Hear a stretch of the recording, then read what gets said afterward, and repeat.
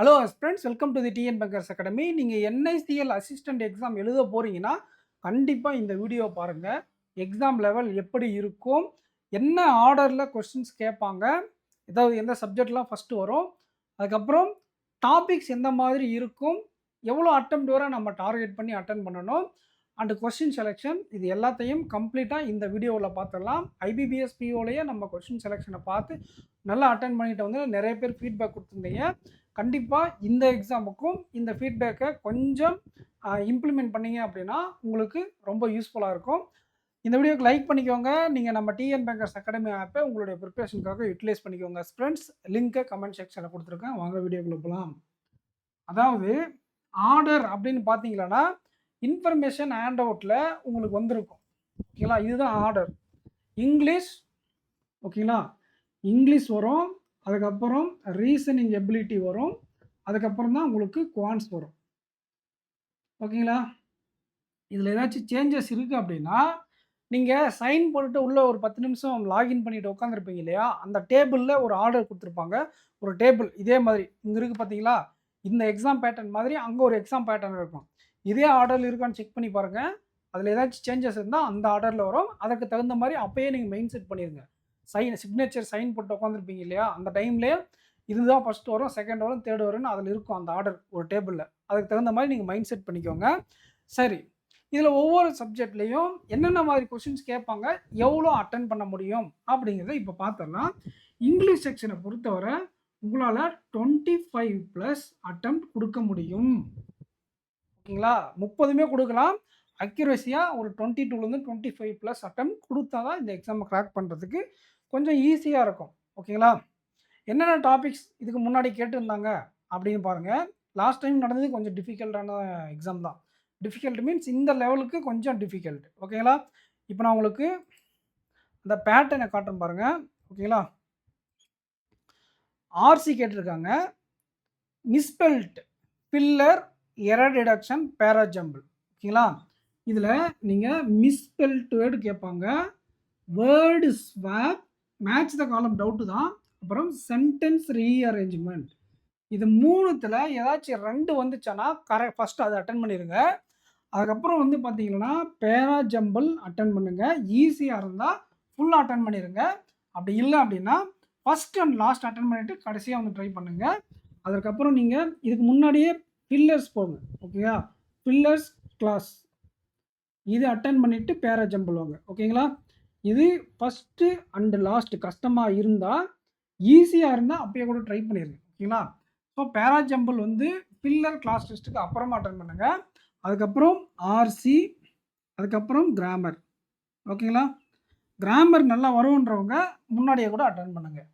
So இந்த ஆர்டரில் நீங்கள் அட்டன் பண்ணீங்க அப்படின்னா கொஞ்சம் ஃபஸ்ட்டே நீங்கள் மார்க்கை செக்யூர் பண்ணுறதை கண் முன்னாடி பார்ப்பீங்க, ஒரு கான்ஃபிடென்ட் கிடைக்கும். ஃபஸ்ட்டே இந்த செக்ஷன் ஓப்பன் ஆகிறதுனால ஃபஸ்ட்டு எடுத்தோடனே இந்த 3 டாபிக் ப்ளஸ் ஃபில்லர்ஸ் கிளாஸு உங்களுக்கு இது இந்த ஃபில்லர் வொக்காபுலரி வீக்காக இருக்குது, பேராஜம்பிள் கஷ்டமாக இருக்குன்னா ஆர்சியில் இந்த சினானிம்ஸ் ஆன்டானிம்ஸ் மேலே அட்டெம்ப்ட் பார்க்கும்போது ஒரு 14-15 அட்டெம்ப்ட், அதுவும் தெரிஞ்சதே ஃபுல்லாக அட்டன் பண்ணியிருக்கும் போது உங்களுக்கு கான்ஃபிடென்ட் பூஸ்ட் ஆகிடும். அதுக்கப்புறம் எல்லா கொஸ்டினும் பார்க்க ஈஸியாக இருக்கும்.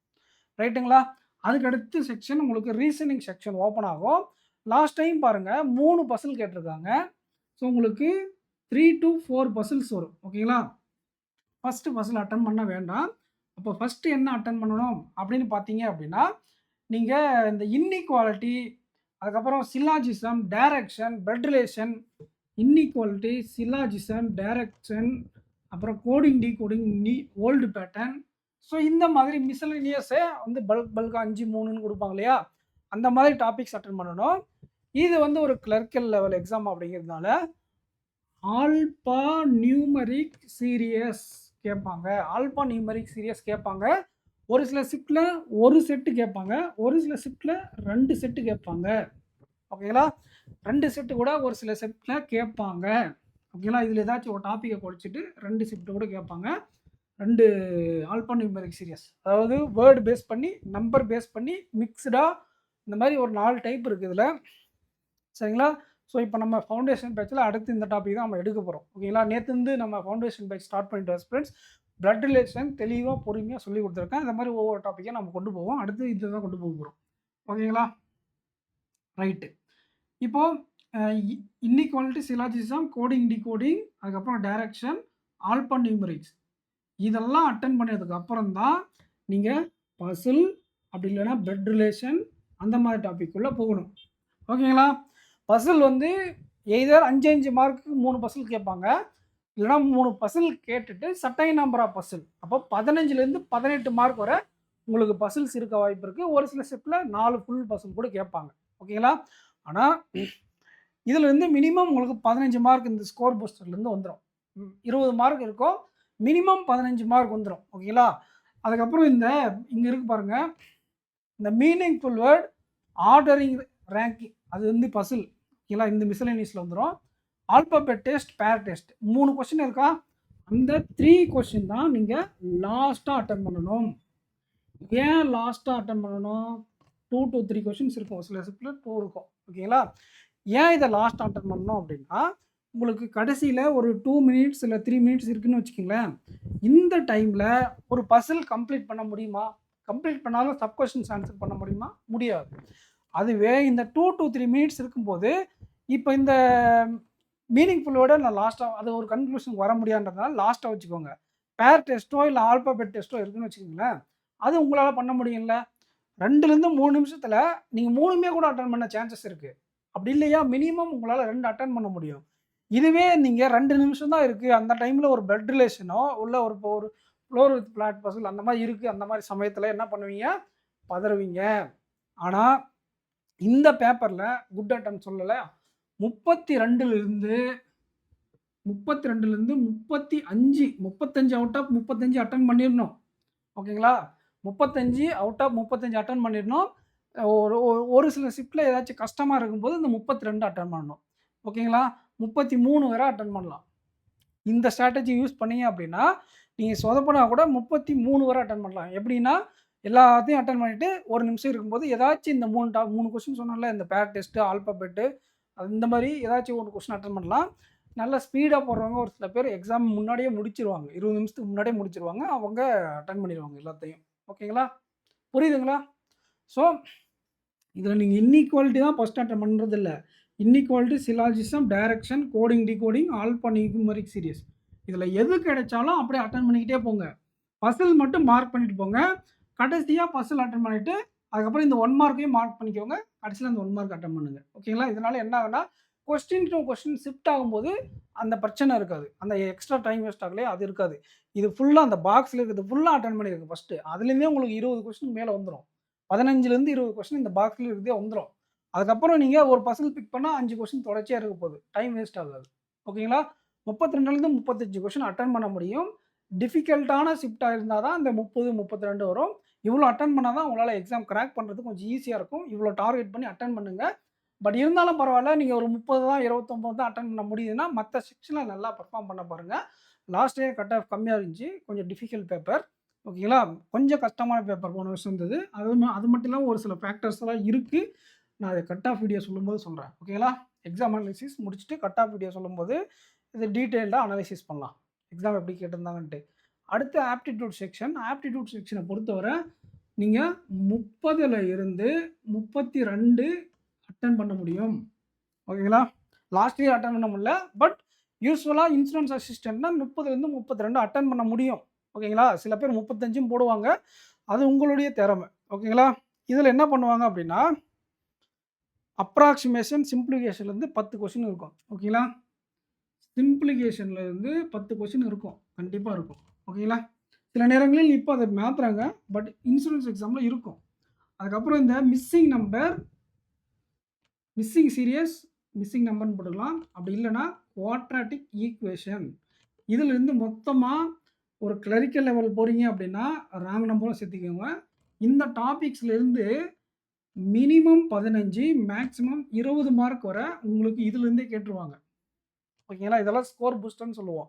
இதெல்லாம் டக்குன்னு அட்டன் பண்ணுங்க. சிம்பிளிஃபிகேஷன் அட்டன் பண்ணும்போது ஏதாச்சும் ஒரு கொஸ்டின் நீங்கள் தப்பாக போட்டுட்டீங்க, இல்லை ஆன்சர் வரல. உதாரணத்துக்கு நீங்கள் ஒரு 45% ஆஃப் ஒரு 3200க்கு பதிலாக நீங்கள் ஏதோ மாற்றி போட்டுடுறீங்க, இல்லை 3600 போட்டுறீங்க அப்படின்னா நீங்கள் எத்தனை தடவை ட்ரை பண்ணாலும் அது உங்களால் கண்டுபிடிக்க முடியாது. அது எப்படி சார்ட் அவுட் பண்ணணும் அப்படின்னா, ட்ரை பண்ணி ஆன்சர் வரலையா, நீங்கள் என்ன பண்ணணும்னா, மற்ற எல்லா கொஸ்டின் அட்டெண்ட் பண்ணிவிட்டு எகைன் லாஸ்ட்டாக வந்து அட்டெண்ட் பண்ணும்போது கரெக்டாக வந்துடும். ஏன்னா அப்போ எடுத்து நீங்கள் எழுதுவீங்க இல்லையா, அப்போ 45% 300 200 அப்படின்னு கரெக்டாக எழுதிடுவீங்க. ஆனால் இதுக்கு முன்னாடி மாற்றி எழுதிருப்பீங்க. ஓகேங்களா, ரைட்டுங்களா? ஸோ இந்த மாதிரி ஏதாச்சும் 1-2 கொஸ்டின் உங்கள் ஆன்சர் வரலைன்னா ஸ்கிப் பண்ணிவிட்டு திருப்பி லாஸ்ட்டில் வந்து ட்ரை பண்ணுங்கள். அதிலே உட்காந்துருந்தீங்கன்னா உங்களால் இந்த 30லேருந்து 32 அட்டம்ப்ட்டை ரீச் பண்ண முடியாது. எகைன் நான் ரீசனிங் சொன்ன மாதிரி தான், இதுலேயும் டஃப்பாக கேட்டாங்கன்னா ஒரு 28 அந்த மாதிரி நல்ல அட்டம்ப்ட் தான். அது வந்து பேப்பர் டஃப்பாக இருக்கா ஈஸியாக இருக்கா அப்படிங்கிறது நீங்கள் தான் ஃபைண்ட் அவுட் பண்ணணும். பட் ஒரு நார்மலாக ஈஸியான பேப்பருக்கு நீங்கள் 30லேருந்து 32 டார்கெட் பண்ணி அட்டன் பண்ணுறது பெட்டர். இந்த ஸ்கோர் பூஸ்டர்லேருந்து 15-20 மார்க் வந்துடும். அதுக்கப்புறம் டிஐ வந்து பார்த்தீங்கன்னா எய்தர் 1 ஆர் 2 செட் கேட்பாங்க. ஐபிபிஎஸ் கிளர்க்கில் எஸ்பி கிளர்க்கில் மாற்றிருந்தாங்க இல்லையா ட்ரெண்டு, அந்த மாதிரி 2 செட்டு கேட்டாலையும் வாய்ப்பு இருக்குது, ஒரு செட்டு கேட்கவும் வாய்ப்பு இருக்குது. ஓகேங்களா, இல்லை ஒரு செட்டு டிஐ கேட்டு ஒரு கேஸ் செட் கேட்க கூட வாய்ப்பு இருக்குது. அதுக்கப்புறம் ரிமைனிங் ஃபுல்லாக அரித்மெட்டிக் தான். ஓகேங்களா, அரித்மெட்டிக் எத்தனை கொஷின் கேட்பாங்க, 10லேருந்து உங்களுக்கு 15 கொஷின் வரை கேட்பாங்க. ஓகேங்களா, 10, 12, 15 இந்த ரேஷியோவில் எப்படின்னா எதை எப்படின்னாலும் ஒவ்வொரு ஷிஃப்ட்டில் ஒவ்வொரு மாதிரி கேட்பாங்க, ஒரே மாதிரி கேட்க மாட்டாங்க. சரிங்களா, இந்த சிம்பிளிஃபிகேஷன் கவுண்ட் ஒரு சில நேரங்களில் 15 கூட போகும். ஓகேங்களா, அண்ட் டிஐ சில ஷிஃப்ட்டில் 2 கூட போக வாய்ப்புகள் இருக்குது. இந்த டிஏல ஒரு 1 or 2 கொஸ்டின்ஸ் என்ன பண்ணுவாங்கன்னா 1/4% 1/4 அப்படின்னு சொல்லிட்டு ஒரு இல்லாத அவங்க கொடுத்த வேல்யூ ஏபிசிடின்னு 5 பேர் இருக்காங்கன்னா அந்த 5 பேர் இல்லாமல் ஒருத்தங்க எஃப்னு கொண்டு வந்து அவங்க 1/4 இவங்கன்னு சொல்லுவாங்க மேலுக்கு.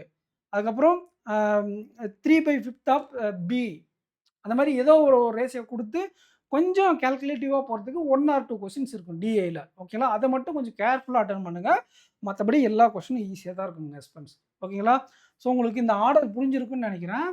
இதில் இந்த ஸ்கோர் பூஸ்டர், அதுக்கப்புறம் ஃபில்லர் கிளாஸ், அப்புறம் para jumble, RC, error spotting, இங்கே inequality syllogism, direction, coding, decoding, alphanumeric சீரீஸ்லாம் முடிச்சுட்டு பசில் லாஸ்ட்டில் இந்த 1 மார்க் கொஸ்டின்ஸ் வச்சுக்கோங்க. இதில் சிம்பிளிஃபிகேஷன், மிஸ்ஸிங், குவாட்ராட்டிக் இதெல்லாம் கிடைச்சி அட்டன் பண்ணிடுங்க. டிஐ கூட ஈஸியாக தான் இருக்கும், கிடைச்சி அட்டன் பண்ணிடுங்க. ராங் நம்பர் மட்டும் லாஸ்ட்டாக வச்சுக்கோங்க. அரித்தமெட்டிக்கும் லாஸ்ட்டாக வச்சுக்கோங்க. ஏன் அரித்தமெட்டிக் லாஸ்ட்டாக வச்சுக்கிறேன் அப்படின்னா, அரித்தமெட்டிக் இங்கே நிறைய பேருக்கு என்ன நடக்கும் அப்படின்னா, ஒரு சில கொஸ்டின் சக்ஸஸ் அதை எடுத்து நம்ம ட்ரை பண்ணுறோன்னா ஒரு சில கொஸ்டினுக்கு சக்ஸஸ்ஃபுல்லாக ஆன்சர் எடுத்துருவோம். ஒரு சில கொஸ்டினுக்கு ஆன்சர் வராமல் போகிறது கூட வாய்ப்புகள் இருக்குது. அதனால் அதை லாஸ்ட்டில் ட்ரை பண்ண சொல்கிறேன். 10 கொஸ்டின் ட்ரை பண்ணுறீங்களா, அதில் 1 or 2 கொஸ்டின் ஆன்சர் வராமல் போயிடும். அது எடுத்த உடனே நீங்கள் எடுக்கிற ஃபர்ஸ்ட் கொஸ்டினே அது வந்துருச்சுன்னா பேனிக் ஆகிடுவீங்க இல்லையா, அந்த பேனிக் வரக்கூடாது. அது லாஸ்ட்டில் போட்டால் பிரச்சனை இல்லை. ஆனால் சிம்பிளிஃபிகேஷனோ மிஸ்ஸிங் நம்பர் கூட சில நேரம் கஷ்டமாக கேட்டிருப்பாங்க. சிம்பிளிஃபிகேஷன் நீங்கள் எடுத்து போடும்போதோ இல்லை டிஏ ஈஸியான கொஸ்டின் போடும்போதோ கண்டிப்பாக நீங்கள் அதை அட்டன் பண்ணால் ஆன்சர் வந்துடும் அப்படிங்கிற கான்ஃபிடென்ட் உங்களுக்கு இருக்கு இல்லையா, அதனால் அந்த மாதிரி டாபிக்ஸ் எல்லாம் ப்ரிப்பேர் பண்ணுங்கள், ஃபஸ்ட் அட்டன் பண்ணுங்கள். ஓகேங்களா, ஸோ இதுதான் அட்டெம்ப்ட் ஆர்டர் ஆஸ்பெக்ட்.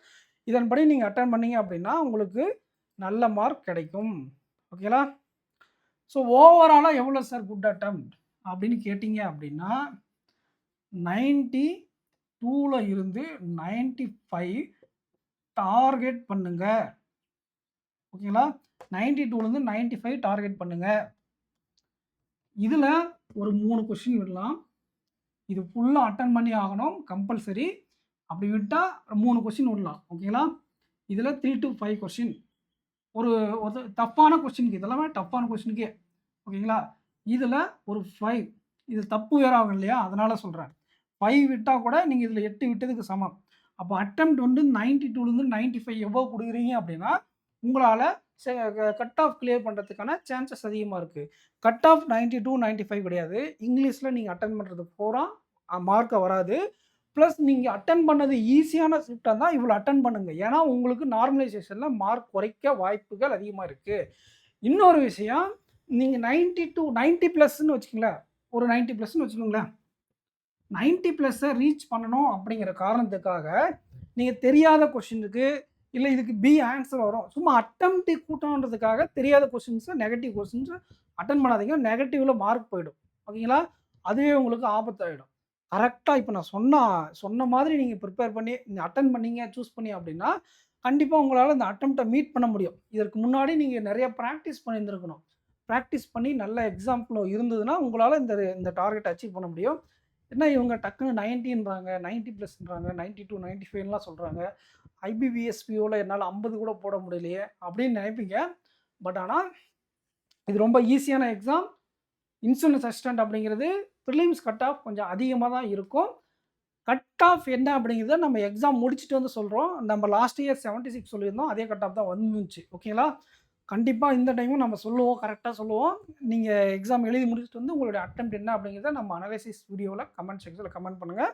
அத வச்சு நம்ம பேசிப்போம். நீங்க கான்ஃபிடென்ட்டா அட்டெண்ட் பண்ணுங்க. இந்த அட்டெம்ப்ட் உங்களால குடுக்க முடியும். அப்படி இல்ல அப்படின்னா கூட நீங்க ஒரு 87, 85 தான் குடுக்குறீங்கன்னா கூட திருப்தியோட வாங்க. போன வருஷம் கட் ஆஃப் கம்மியா இருந்துச்சு. கஷ்டமான பேப்பர். இன்னும் சில ஃபேக்டர்ஸ் எல்லாம் இருந்துச்சு. அத நம்ம எக்ஸாம் முடிச்சுட்டு பார்த்துக்கலாம். நல்லா பெர்ஃபார்ம் பண்ணுங்க. உங்களால எவ்வளோ முடியுமோ அவ்வளோ மேக்ஸிமம் அட்டெம்ப்ட் குடுக்க பாருங்க.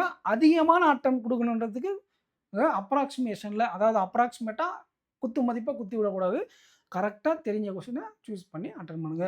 ஆர்டர்ல அட்டெண்ட் பண்ணுங்க. ஓகேங்களா? ஸோ இந்த வீடியோ உங்களுக்கு யூஸ்ஃபுல்லா இருக்குன்னு நெனைக்கிறேன். அப்படி யூஸ்ஃபுல்லா இருந்தா கமெண்ட் செக்ஷன்ல கமெண்ட் பண்ணுங்க. நீங்க நம்ம ஆப்ப யுட்டிலைஸ் பண்ணிக்கோங்க. பேங்க் எக்ஸாம் பிரிப்பேர் பண்றீங்கன்னா, உங்க ஃப்ரெண்ட்ஸ்க்கு நம்ம சேனல ஷேர் பண்ணி விடுங்க. வீடியோக்கு லைக் பண்ணிக்கோங்க. சேனல சப்ஸ்கிரைப் பண்ணாதவங்க சப்ஸ்கிரைப் பண்ணிட்டு வாங்க ஃப்ரெண்ட்ஸ். Thank you. நெக்ஸ்ட் வீடியோல மீட் பண்ணலாம். நல்லா எக்ஸாம் பண்ணிட்டு வாங்க. All the best.